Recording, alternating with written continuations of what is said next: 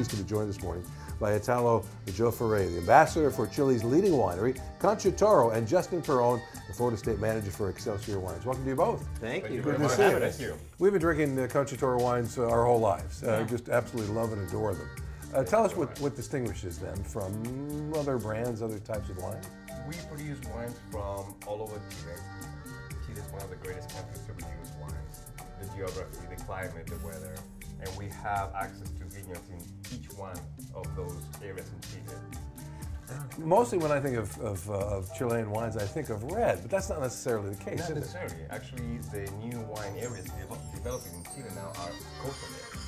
Chardonnay, Sauvignon Blanc, Pinot Noir. Right. So you're getting the cooler areas, cooler climate, and cooler varietals being produced there as well. Yeah. And more in the interior, you're getting the red wines. The red wines, Carmenere, Merlot, Cabernet Sauvignon.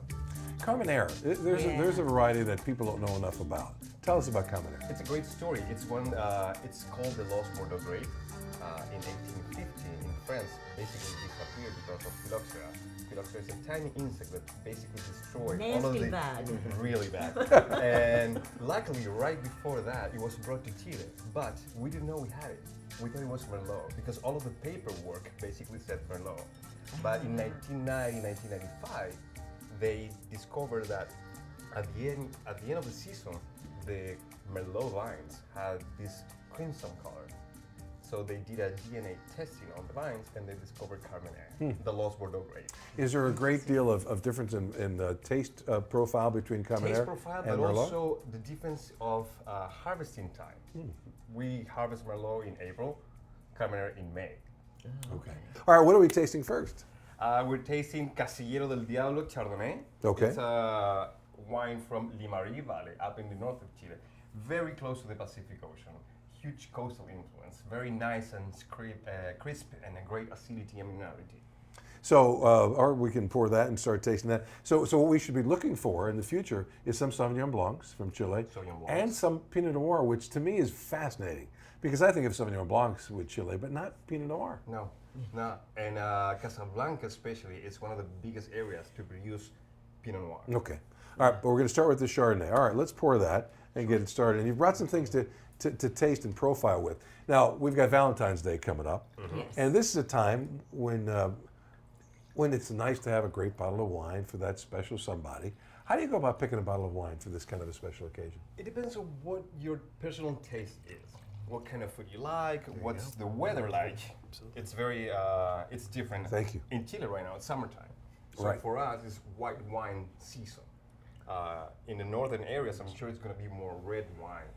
So it's about personal taste, what kind of food you're gonna taste with, the other personal tastes as well. So We got a lot of stories about that. Is the red wine, white wine thing, and husband and wife or boyfriend and girlfriend, especially with Valentine's Day. exactly. The nose on this is terrific. So by the this way. is This is Chardonnay, beautiful. nice and crisp, great minerality. Very smooth. Smooth, yes. No tartness to it, no bite, which I like.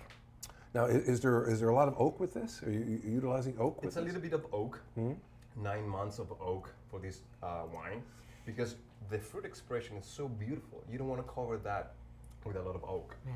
Right. No, it's terrific. It's got a great creaminess to it as well. Yeah, I like it. Yeah. What's the price point on this?